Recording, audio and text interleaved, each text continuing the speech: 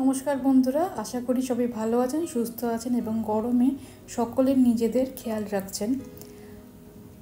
গরমে আমাদের সবসময় মনে হয় ঠান্ডা কিছু খাই, ঠান্ডা শরবত বা আইসক্রিম সবসময় কিন্তু দোকানে গিয়ে কিনে খাওয়া সম্ভব হয় না। তাই জন্য আজকে একটা সহজভাবে কুলফি বা আইসক্রিমের রেসিপি শেয়ার করছি। আমারও খুব ইচ্ছা করছিল ঠান্ডা খাওয়ার জন্য, তাই জন্য ভিডিওটা বানিয়ে ফেলাম আর তার সঙ্গে সেটা শেয়ারও করে দিলাম। এখানে আমি বানাবো আজকে কফির কুলফি।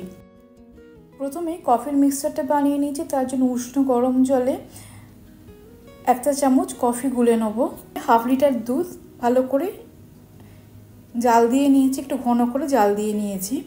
তারপরে সেই দুধের থেকে 1 হাতা দুধ নিয়ে নিয়েছি একটা বাটিতে, তার সঙ্গে দিয়ে দিয়েছি 2 টেবিল চামচ গুঁড়ো দুধ। 2 টেবিল চামচ গুঁড়ো দুধ দুধের সঙ্গে খুব ভালো করে মিশিয়ে নিয়ে জাল দেওয়া দুধের সঙ্গে মিশিয়ে দিলাম আর তার সঙ্গে দিয়ে দিলাম পরিমাণ মতো চিনি। এখানে আমি 3 চামচ চিনি দিচ্ছি। যেহেতু গুঁড়ো দুধ আছে তাই জন্য মিষ্টির ভাগটা একটু বেশি হয়ে যাবে। বেশি পরিমাণ চিনি দিলে গুঁড়ো দুধ তো মিষ্টি হয়, তাই জন্য চিনির ভাগটা একটু কম দিলাম। জাল দেওয়া দুধের সঙ্গে গুঁড়ো দুধটা খুব ভালো করে মিশিয়ে দিলাম আর তার সঙ্গে চিনিটাও মিশিয়ে দিলাম। দিয়ে দুধটা আরেকটু কিছুক্ষণ ফুটিয়ে নেব। দুধটা আরেকটু ঘন করার দরকার আছে, কারণ কফির যে মিক্সচারটা বানিয়েছিলাম সেটা কিন্তু জল দেওয়া আছে, তাই জন্য দুধটা পাতলা হয়ে যাবে বলে দুধটা আরেকটু ঘন করে নেব।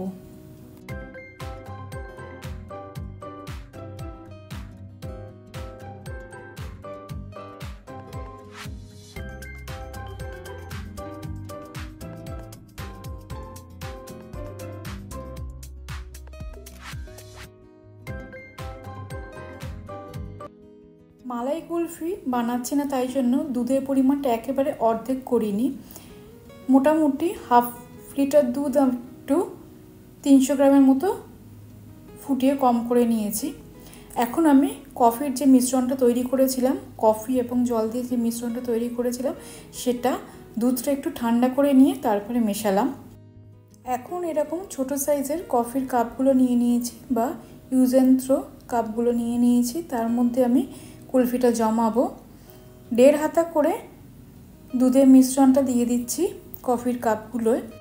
মিশ্রণটা কাপে দেওয়ার পরে কাপের মুখগুলো আমি এমনি টিস্যু পেপার দিয়েই কভার করে নিচ্ছি। আপনাদের যদি ফয়েল পেপার থাকে তাহলে সেটা দিয়েও কভার করে নিতে পারেন।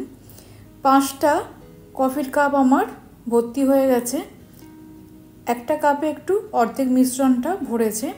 এবার সবকটা কাপের মুখ আমি টিস্যু পেপার এবং গার্ডার দিয়ে মুড়ে দিলাম। তারপরে একটা ছুরির সাহায্যে ওপরের টিস্যু পেপারে একটু অল্প ছিদ্র করে নিয়ে তারপরে আইসক্রিমের স্টিকটা দিয়ে দিচ্ছি। আইসক্রিমের স্টিকটা প্রথমে মিশ্রণটা পাতলা বলে একটু হেলে যাচ্ছে, পরে যখন একটু মিশ্রণটা শক্ত হয়ে আসবে, মানে কুলফিটা একটু জমে আসবে, তখন স্টিকগুলো একটু সোজা করে দিতে হবে, তাহলে সবকটা স্টিকই সোজা থাকবে। সবকটা কাপের ওপর আমার কভার করা হয়ে গেছে এবং স্টিক বসানো হয়ে গেছে। কুলফিগুলো জমার জন্য এবার আমি ফ্রিজারে এই কাপগুলো রেখে দিচ্ছি 8 ঘন্টার জন্য। এখন সন্ধেবেলা ফ্রিজে আমি কুলফিগুলো রাখছি, কালকে সকালবেলা বার করে নেব। 8 ঘন্টার বেশি কিন্তু ফ্রিজে থাকবে। কুলফিগুলো আমার সেট হয়ে গেছে, এবার আমি ডিমোল্ড করে নিচ্ছি। খুব সহজেই কিন্তু ঘরে থাকা 2 থেকে 3টে উপকরণের মধ্যেই আমাদের টেস্টি আইসক্রিম বা কুলফি একেবারে রেডি হয়ে গেল। আজকের ভিডিওটা বা আজকের কুলফির রেসিপিটা কেমন লাগলো অবশ্যই কমেন্ট করে জানাবেন। ভিডিওটা ভালো লাগলে রিকোয়েস্ট হইল আমার চ্যানেলকে সাবস্ক্রাইব করে দেওয়ার জন্য। পাশে থাকা বেল আইকনটিও প্রেস করে দিলে আমি যখন নতুন ভিডিও আপলোড করব খুব তাড়াতাড়ি আপনাদের কাছে নোটিফিকেশন পৌঁছে যাবে। সকলে ভালো থাকবেন, সুস্থ থাকবেন। এইভাবে একবার কুলফিটা বানিয়ে দেখতে পারেন। ধন্যবাদ।